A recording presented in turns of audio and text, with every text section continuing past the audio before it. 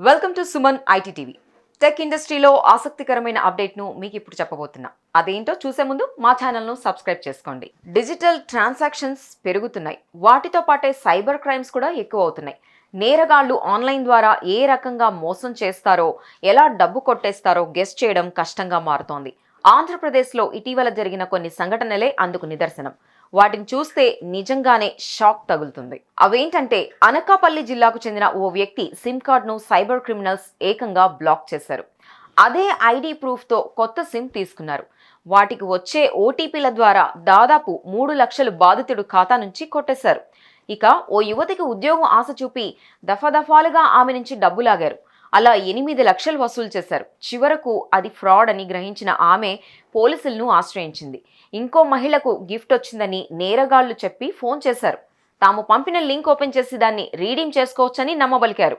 దీంతో ఆమె అలాగే చేసింది. అకౌంట్లో మొత్తం డబ్బు పోగొట్టుకుంది. ఇదే కాదు, Mudra loans, crop loans, credit, debit కార్డుల పేరుతో మోసాలు చాలా జరుగుతున్నాయి. వీటి బారి నుంచి తప్పించుకోవాలంటే జాగ్రత్తగా ఉండడమే బెటర్. మన జాగ్రత్తే మనకు శ్రీరామ రక్ష. ఒకవేళ ఏదైనా సైబర్ ఫ్రాడ్ జరిగితే వెంటనే 1930 నంబర్కు కాల్ చేసి కంప్లైంట్ ఇవ్వడం మర్చిపోకండి.